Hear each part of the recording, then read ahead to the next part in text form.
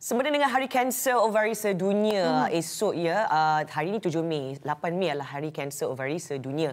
Kita akan bawakan kepada anda segmen ni, kita cerita tentang kanser ovari, macam mana anda cegah kanser ovari, apa simptomnya dan sebagainya. Beliau adalah pakar onkologi daripada Hospital Pakar Pusrawi Kuala Lumpur bersama dengan kami pagi ini, Dr. Harissa. Tapi sebelum tu ada sedikit bingkisan untuk anda mengetahui dengan lebih lanjut, apakah itu kanser ovari? Jom saksikan. Allahyarham Adibah Noor, Wafa Abdul Kadir dan Ari Malik, tiga nama dalam dunia hiburan mempunyai satu persamaan, iaitu meninggal dunia antara penyakit kanser ovari. Kisah mereka membuka mata masyarakat, penyakit ini tidak memilih sesiapa dan kesedaran itu boleh menyelamatkan nyawa. Jutaan wanita di seluruh dunia berhadapan dengan satu musuh senyap yang datang tanpa amaran, iaitu kanser ovari atau juga digelar sebagai silent killer. Penyakit ini kadang-kadang tiada simptom yang jelas. Gejala awalnya sangat biasa, kembung perut, cepat kenyang, sakit di bahagian pelvik dan rasa letih yang tidak hilang. Disebabkan itu, ia sering salah anggap sebagai masalah kesihatan biasa dan ramai wanita digesan menghidap kanser selepas merebak. Di Malaysia, kanser ovari antara kanser ginekologi yang paling kerap menyerang wanita, khususnya mereka yang berusia 50 tahun ke atas. Pemeriksaan awal dan kesedaran tentang tanda-tanda awal boleh menyelamatkan nyawa. Rawatan moden kini lebih berkesan dan sokongan daripada keluarga serta masyarakat memainkan peranan yang sangat besar dalam proses pemulihan. Selamat datang sekali lagi kita ucapkan kepada Dr. Harissa Hussaini Hasbullah daripada Hospital Pakar Pusrawi Kuala Lumpur. Pusrawi. Nana baca apa? Hari ni. Okey, maafkan saya. Okey, kita tahu ini adalah pembunuh senyap wanita. Tapi simptom dia tak ada yang kita boleh tengok yang kita okay, there's something wrong with me. Okey. So, terima kasih kepada Astro kerana menjemput kami, memberi slot kepada kami hari ini daripada Yayasan Kanser Azman Hashim di Hospital Pusrawi untuk berbicara berkenaan dengan kanser yang sangat penting ini. Jadi sebelum saya berbicara tentang kanser ovari ini, saya mahu bercerita sedikit tentang ovari itu sendiri supaya kita boleh faham kenapa simptom dia sebegitu. Ya. Saya rasa mungkin ramai di luar sana mungkin tidak tahu ovari itu apa, contoh.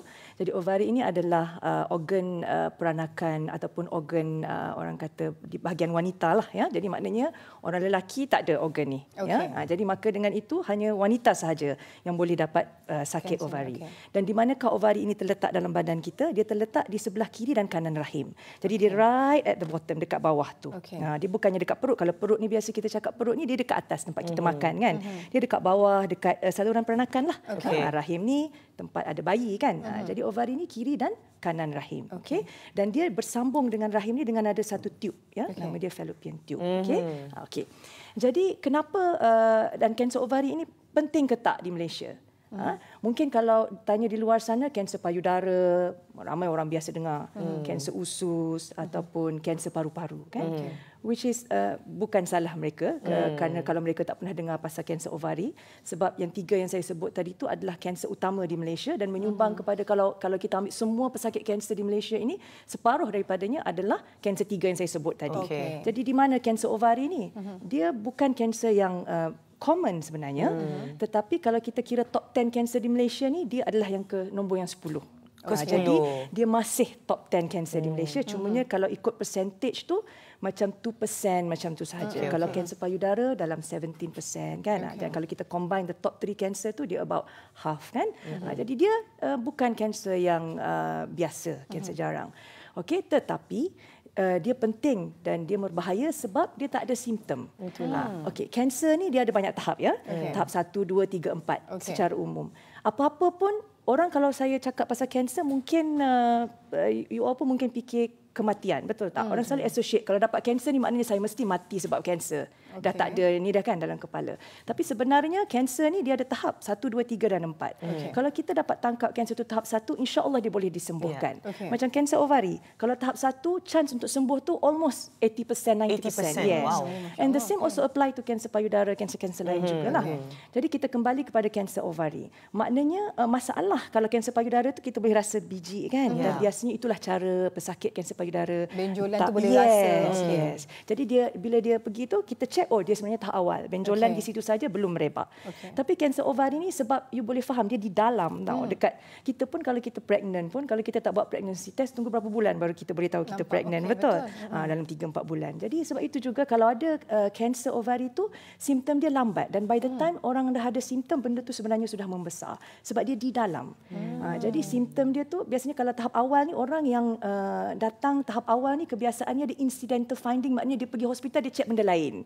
Tiba-tiba buat scan, tiba-tiba buat scan, ada sesuatu di situ and then buang rupa-rupanya itu kanser. Ada 2 jenis scan. Ya, scan boleh nampak tapi tidaklah saya kata 100% tapi maknanya CT scan biasanya yang lebih boleh nampak. Dan kalau buang itu biasanya yang kanser tahap 1 yang kesembuhan tinggi. Tapi lebih daripada separuh kanser ovari di Malaysia ini datangnya tahap dah tinggi, tahap 3, tahap 4. Yang memang kalau dulu-dulu dah memang tak boleh disembuhkan lah macam Allahyarham tadi yang 3 yang kita bincang tadi tu. Memang kalau walaupun tahap 3 kalau kanser lain tahap 3 masih boleh disembuhkan tapi ovari ni kalau tahap 3 ni dia macam dah lebih kurang macam tahap 4 dah. Jadi itu bahayanya. Jadi apa antara simptom awal kanser ovari doktor? Kalau kita sendiri macam rasa badan kita ni tadi ada cakap macam perut kan, boroi, kembung, bloated, kembung. So apa lagi antara simptom awal yang kita boleh kesan sendiri? Okey. So seperti mana yang disebutkan tadi dan sebagaimana yang disebutkan betul kembung rasa macam gemuk tu kan dan dia macam rasa tak selesa lah subuh. Akan ada rasa sakit tak?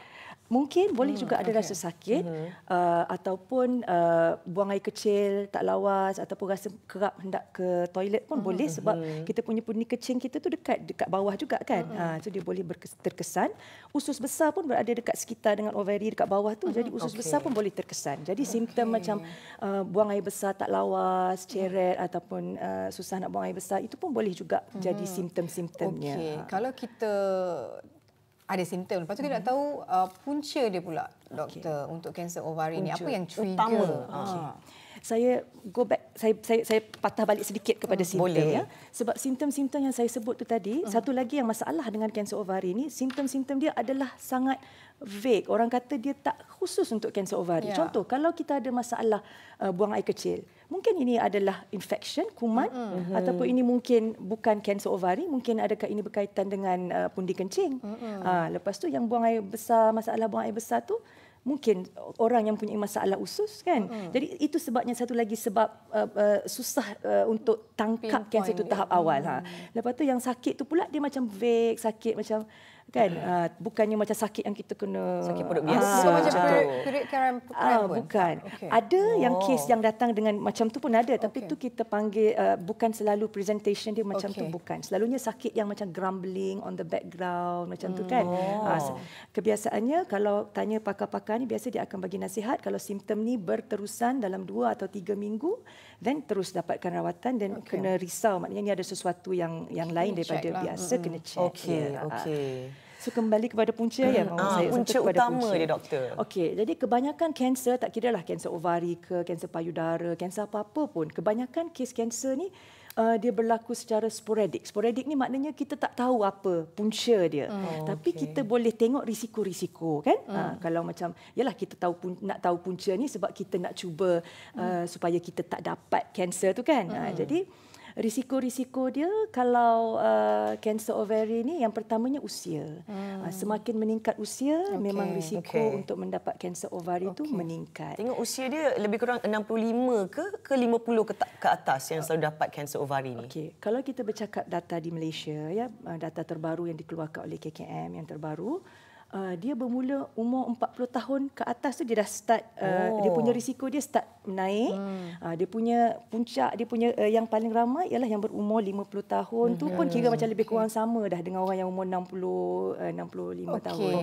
Kalau lah macam saya dah 40 tahun ni kan, apakah langkah-langkah pencegahan yang boleh kita buat supaya minta jauh na'udzubillah kita tak naklah dapat kan.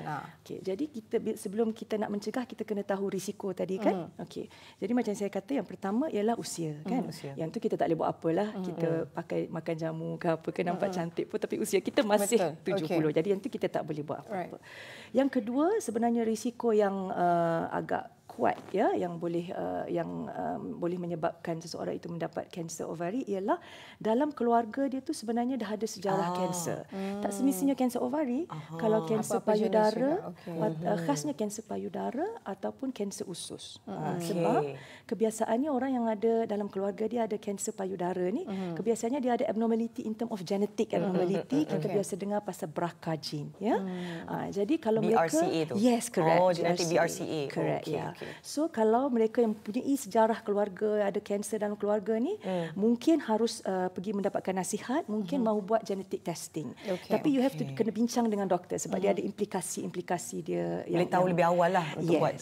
Doktor, apa lagi macam ujian saringan kalau macam nak pergi medical check-up tu, benda tu boleh detect ke kalau kita nak tahu kita ni ada apa-apa jenis kanser, khususnya kanser ovari ke, dia lain cervical cancer ke? Lain kanser lain. Kalau macam kanser payudara kita ada mammogram. Yes, kita boleh detect. Tapi untuk kanser ovari tiada saringan. Kalau CT scan je lah. Dia tidak, sebabnya CT scan akan menyebabkan radiasi kan. Dan buat masa ini tidak ada orang yang sihat macam kita ni, tidak ada macam ada orang ambil darah macam CA125 ataupun buat ultrasound. Tapi buat masa ini data tidak support untuk kita orang yang tak ada apa-apa masalah. Tapi kalau kita memang diketahui kita ada genetik yang abnormal yang predispose kita untuk kanser, then ada data untuk kita pergi check, buat regular check, combine ultrasound dan darah. So hanya untuk mereka yang ada genetik abnormality. Baik. Tadi doktor dah pun cakap genetik memainkan peranan, boleh melakukan genetik testing. Mungkin doktor ada sedikit pesanan kepada semua penonton kami. Saya rasa saya nak kembali kepada cara-cara pencegahan sebab ialah kita kesentukan masa, jadi saya cuba summarizekan. Yang pertama tadi umur, yang kedua tadi genetik. Jadi bagi mereka yang ada genetik testing ni, pencegahan kanser payudara dia adalah sama ada menjalani saringan ataupun actually buang ovari tu. Sebab kalau ada genetic abnormality, risiko untuk dapat kanser sehingga 70%. 70% sangat tinggi. Yang ni mungkin para pendengar penonton semua boleh merujuk kepada Angelina Jolie. Angelina Jolie dia ada BRCA gene, dia tak ada kanser, mak dia ada kanser, dia tak ada kanser, dia buang semua. Breast dua-dua dengan ovary dua-dua dia buang. Ini lepas dia dah dapat anak semualah ya. So itu yang kedua. Yang ketiga, kanser ovari dia berkaitan dengan hormon. Orang yang contoh hormon dia period dia awal, menopause dia lewat. Maknanya badan dia tu expose kepada hormon tu lama. Dan ovary tu maknanya kitaran head dia tu sentiasa ada kan. Sentiasa ada. Jadi itu pun risiko sebab katanya setiap kali kitaran head tu ovari itulah yang berfungsi untuk kitaran head kita. Jadi setiap kali kitaran head tu dia ada sedikit damage to the ovary, jadi risiko untuk kanser payudara. Jadi orang yang tidak mempunyai anak, tidak breastfeeding, mereka juga adalah mempunyai risiko untuk kanser ovari sebenarnya. Okey doktor, memang banyak informasi yang telah doktor kongsikan bersama kami selama segmen ni. Terima kasih banyak-banyak Dr. Harisah daripada Hospital Pakar Pusrawi Kuala Lumpur dan harapnya anda dapat take note lah apa yang kami kalau nak bolehlah buat orang kata research lebih, tengok dan jumpalah doktor untuk lebih orang kata nasihat untuk apa yang kita buat untuk mengelakkan kanser ovari ini. Kita akan berehat, kita akan kembali selepas ini. Kita ada nak cakap tentang cara kesihatan mental kanak-kanak pula selepas ini dalam Borak